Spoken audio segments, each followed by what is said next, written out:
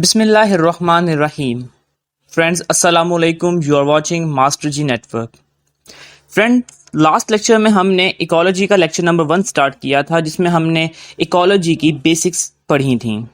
उसी को फर्दर हम कंटिन्यू करते हैं और आगे चलते हैं। अब हम देखते हैं कि कुछ बेसिक टर्म्स और होती हैं इकोलॉजी में, जब इसको हम डीपली स्टडी करने से पहले देखना ज़रूरी होता है।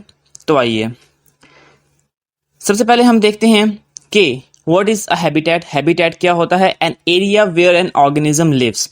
वो जगह जहाँ पर कोई भी ऑर्गेनिज्म रहता है, उस जगह को उसका हैबिटेट कहते हैं। फॉर एग्जांपल, ट्री और अ ग्रोव ऑफ ट्रीज। अगर एक दरख्त है या फिर बहुत सारे दरख्त एक जगह पर मौजूद हैं, तो वो दरख्त हैबिटेट होगा किसी भी स्पीशीज का, फॉर एग्जांपल स्पैरो का।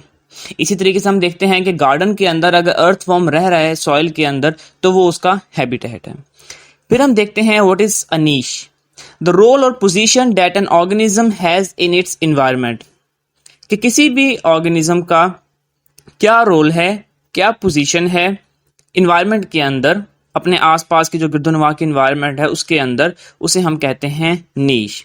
अगर हम डिफ्रेंशिएट करना चाहें कि फिर हैबिटेट और नीश में डिफरेंस क्या हुआ, तो हमें यहाँ पर ये पता होना चाहिए कि हैबिटेट सिर्फ रहने की जगह होती है किसी भी ऑर्गेनिज्म की, जबकि जो नीश है वो उस ऑर्गेनिज्म के रहने की जगह के साथ साथ उसका बिहेवियर क्या है अपनी इन्वायरमेंट के साथ, वो वहाँ से फूड किस तरीके से हासिल कर रहा है, शेल्टर किस तरीके से ले रहा है अपने इन्वायरमेंट में, अपने जो मीटिंग है वो किस तरीके से कर रहा है, रिप्रोडक्शन का प्रोसेस कैसे हो रहा है, और उसका जो ओवरऑल इंटरेक्शन किस तरह का है इन्वायरमेंट के साथ, that is called as niche. Friends, आगे देखते हैं what is predation. Predation is a phenomena in which one organism consuming another organism for food. एक ऑर्गेनिज्म दूसरे ऑर्गेनिज्म को कंज्यूम करेगा, किल करेगा और उससे फूड हासिल करेगा। फॉर एग्जांपल, हम देखते हैं कि नॉर्मल रूटीन में डिफरेंट जो प्रेडेटर्स होते हैं वो फॉरेस्ट के अंदर प्रे को शिकार करते हैं। जैसे कि जो अगर हम पैंथर देख लें, तो वो जो स्मॉल हर्बीवोर्स होते हैं जैसे कि रैबिट्स वगैरह, उनका शिकार करते हैं। देन हम देखते हैं कि हमारे पास सिम्बियोसिस क्या होता है या सिम्बियोटिक रिलेशनशिप्स क्या होते हैं। तो सिम्बियोसिस की सिंपल डेफिनेशन ये है कि close relationship that exist when two or more species live together. कि जब दो से ज़्यादा स्पीशीज, डिफरेंट स्पीशीज एक साथ रह रही होती हैं और आपस में इंटरेक्ट कर रही होती हैं, इस आपस में जो बने रिलेशन को हम कहते हैं सिम्बियोसिस। अब ये जो आपस में रिलेशन है, ये मजीद आगे 3 टाइप्स का होता है: म्यूचुअलिज्म, कमेंजलिज्म और पैरासिटिज्म।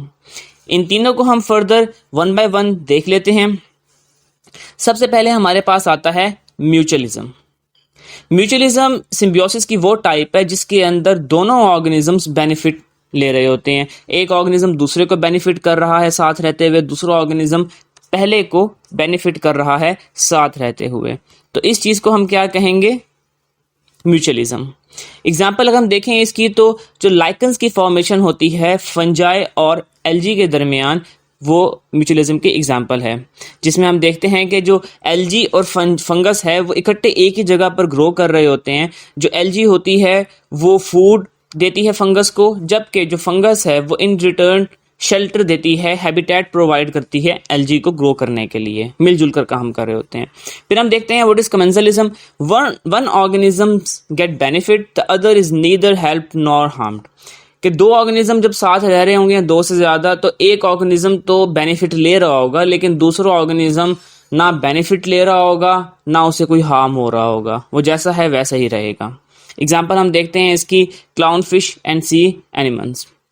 क्लाउन फिश और सी एनिमल्स की जब हम बात करते हैं, तो हम देखते हैं कि सी एनिमल्स होते हैं ये प्रोटेक्ट करते हैं और फूड प्रोवाइड करते हैं क्लाउन फिश को, जबकि जवाब में जो क्लाउन फिश होती है वो ना कोई बेनिफिट देती है और ना ही कोई नुकसान वगैरह उसको ऐसा होता है, सी एनिमल्स को पहुंचाती है। फिर हम देखते हैं व्हाट इज पैरासिटिज्म। इस वर्ड से आप सब लोग पहले जानते होंगे, आशना होंगे। One organism benefits at the expense of another. के एक ऑर्गेनिज्म दूसरे को शिकार करके उसकी जो फूड है उससे हासिल कर खुद जिंदा रहता है। अच्छा, इसमें यह होता है कि जो एक ऑर्गेनिज्म है वो दूसरे ऑर्गेनिज्म को एकदम किल नहीं कर देता, जैसे कि प्रीडेशन में था, बल्कि उससे आहिस्ता आहिस्ता उसके साथ रहता है, अटैच रहता है और अपनी फूड लेता रहता है। जैसे कि सबसे इसकी जो कॉमन एग्जांपल है वो है कि जब सर के अंदर जो हेयर्स के अंदर लाइस जो होती है वो रहती है, जो रहती तो है, आहिस्ता आहिस्ता जो ब्लड है उसको सक करती रहती है, लेकिन एकदम जो है उसको किल नहीं करती अपने होस्ट को। इसी तरीके से हम बात करते हैं तो टेप वॉर्म्स जो अपने होस्ट की बॉडी में रहते हैं उसे फूड लेते रहते हैं, लेकिन एकदम उसे किल नहीं करते। हाँ, लॉन्ग टर्म के लिए अगर रह जाएं तो ये हार्मफुल हो सकते हैं। ओके फ्रेंड्स, इन डेफिनेशंस के बाद थोड़ी सी और चीज़ हम इसकी जब बेसिक्स हम जाते हैं, ये बेसिक्स असल में ज़रूरी इसलिए हैं क्योंकि जब हमने इकोलॉजी को, इन्वायरमेंटल साइंसेस को, जूलॉजी को, बॉटनी को, बायोलॉजी को हमने डेप्थ में पढ़ना हो तो ये चीज़ें वहाँ में फिंगर टिप्स पे आनी चाहिए। तो हम आगे देखते हैं कि energy in an ecosystem, energy किस तरह से फ्लो करती है इकोसिस्टम के अंदर। पहले तो आप लोग ये बात समझ लें कि सनलाइट से जो एनर्जी आ रही है लाइट की सूरत में, फोटॉन्स की सूरत में, वो एनर्जी सबसे पहले किसको मिलेगी? प्लांट्स को मिल रही है। एनिमल्स को भी मिलेगी, लेकिन उसका फायदा कौन उठाएंगे? प्लांट्स उठाएंगे। प्लांट्स उस सनलाइट को, सन की एनर्जी को यूज करते हुए अपनी फूड प्रिपेयर करेंगे फोटोसिंथेसिस के थ्रू। जो प्लांट्स होते हैं ये नीचे से अपने पास रूट से ये वाटर ले लेते हैं, वहाँ से अपने अंदर जो है वो CO2 इन्वायरमेंट से ले लेते हैं, ऊपर से सनलाइट आ जाती है और इनके अंदर क्लोरोप्लास्ट मौजूद होता है, तो ये फोटोसिंथेसिस का प्रोसेस करते हैं और उसके नतीजे में ये फूड या ग्लूकोज बना लेते हैं और फिर इसको आगे तमाम जो प्लांट के पार्ट्स हैं उनमें भेज दिया जाता है। तो सनलाइट जो एनर्जी आ रही है सनलाइट से वो डायरेक्ट मिल रही है प्लांट्स को, तो प्लांट्स क्या होंगे? प्राइमरी प्रोड्यूसर्स, या इन्हें हम ऑटोट्रॉफ भी कहेंगे। ठीक हो गया, यहां तक आपने बात कर लिखनी कि plants are the primary producers. फिर हम आगे चलते हैं कि व्हाट आर कंज्यूमर्स। कंज्यूमर्स वो ऑर्गेनिज्म होते हैं जो प्लांट्स को ईट करेंगे, प्लांट्स को खा लेंगे और उनसे जो उन्होंने एनर्जी अपने अंदर बनाई होगी प्लांट्स ने, उनको खाने के बाद अपने अंदर ले लेंगे ये।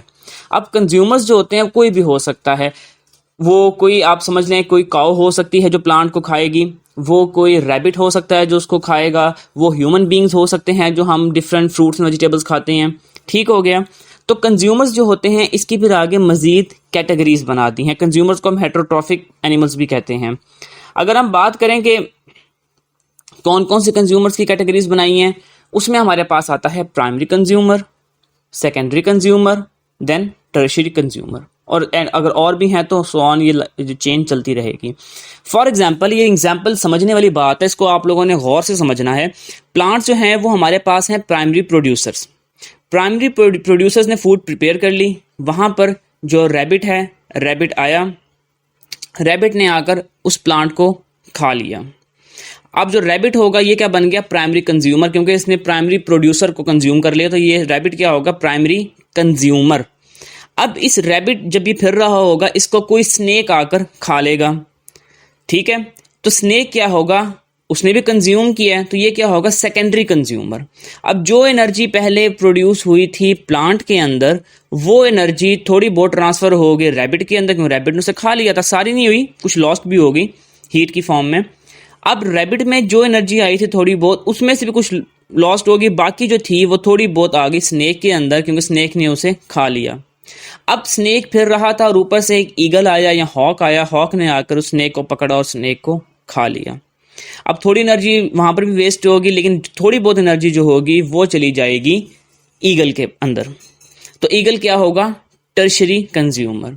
तो इस तरह से ये एक फूड चेन चलती है, primary producer, then primary consumer, secondary consumer, then tertiary consumer. तो ये बेसिक कॉन्सेप्ट है जो मैंने आप लोगों को समझाया। ओके फ्रेंड, इसको आगे हम देखते हैं नेक्स्ट स्लाइड में। हेटेरोट्रॉफ्स। जो हेटेरोट्रॉफ्स होते हैं मतलब कि जितने भी हमारे पास कंज्यूमर्स हैं, चाहे वो प्राइमरी कंज्यूमर है, सेकेंडरी कंज्यूमर है, टर्शियरी कंज्यूमर है, वो हर्बीवोर्स हो सकते हैं, वो कार्निवोर्स हो सकते हैं, ओमनिवोर्स हो सकते हैं, पैरासाइट्स हो सकते हैं, डिकम्पोजर्स हो सकते हैं, या फिर डेट्राइटिवोर्स हो सकते हैं। हम सबसे पहले स्टडी करते हैं हर्बीवोर्स को। हर्बीवोर्स का मैंने आपको पहले भी बताया है कि जो ऐसे एनिमल्स जो डायरेक्ट प्राइमरी प्रोड्यूसर यानी कि प्लांट्स को खा लेंगे उन्हें हम कहेंगे हर्बीवोर्स या प्राइमरी कंज्यूमर्स, और ये होता है फर्स्ट जो प्राइमरी होते हैं कंज्यूमर्स। अब इसकी एग्जांपल हमारे पास आती है, कॉमनली हम रैबिट भी ले सकते हैं, हम काऊ भी ले सकते हैं, हम ह्यूमन बींग्स भी ले सकते हैं, लेकिन ह्यूमन बींग्स इसमें नहीं आएंगे क्योंकि हम लोग जो हैं वो ओमनीवोर्स में आ जाते हैं। देन हम आगे देखते हैं कि व्हाट आर कार्निवोर्स। तो कार्निवोर्स वो एनिमल्स होते हैं जो बाकी एनिमल्स को खाकर अपना गुजारा करते हैं, और ये फिर सेकेंडरी कंज्यूमर्स हो सकते हैं, टर्शियरी कंज्यूमर्स हो सकते हैं, एंड सो ऑन। देन आते हैं ओमनीवोर्स, जो प्लांट्स और एनिमल्स दोनों खा सकते हैं, जैसे कि इसमें हमारे पास ह्यूमन बींग्स भी इंक्लूड हो जाते हैं। इसके अलावा जो क्रो है, कौवा, वो भी ओमनीवोर्स में आता है। इसके अलावा जो बियर है वो भी ओमनीवोर्स में आता है। उसके बाद हम देखते हैं डेट्राइटिवोर्स।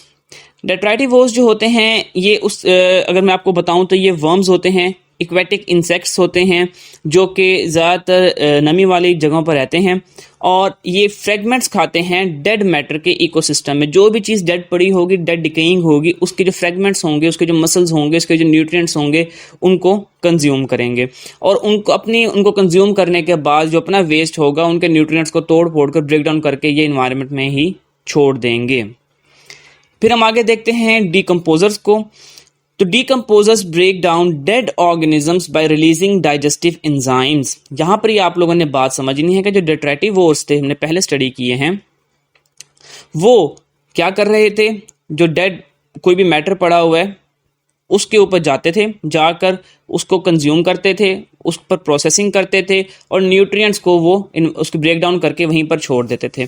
जबकि डीकम्पोजर्स क्या करते हैं, डीकम्पोजर्स जाते हैं, एक ख़ास किस्म का इनके अंदर केमिकल होता है, ये केमिकल जो डेड ऑर्गेनिज्म होता है उसके ऊपर रिलीज़ करते हैं। वो केमिकल जाकर उसकी स्किन को वहाँ से रिमूव करता है, अंदर के मसल्स को रिमूव करता है, और फिर अंदर घुस कर उसके जो होता है उसके न्यूट्रिएंट्स वगैरह जो होते हैं उसको सक करते हैं, उसको यूज़ करते हैं, फॉर एग्जाम्पल फंगस और बैक्टीरिया। तो फ्रेंड्स, यहाँ तक था हमारा ये लेक्चर नंबर 2। होप सो आप लोगों को समझ आया होगा। बहुत ही बेसिक चीज़ें हमने इसमें पढ़ी हैं। इंशाल्लाह नेक्स्ट लेक्चर में हम इसकी बाकी जो मज़ीद डेफिनेशंस हैं उनको भी स्टडी करेंगे। तो जाने से पहले हमारे चैनल मास्टर जी नेटवर्क को लाइक, सब्सक्राइब और शेयर कर दें ताकि इसी तरीके की मज़ीद इंफॉर्मेटिव वीडियोज़ आप तक पहुँचती रहें। तब तक के लिए अल्लाह हाफिज़।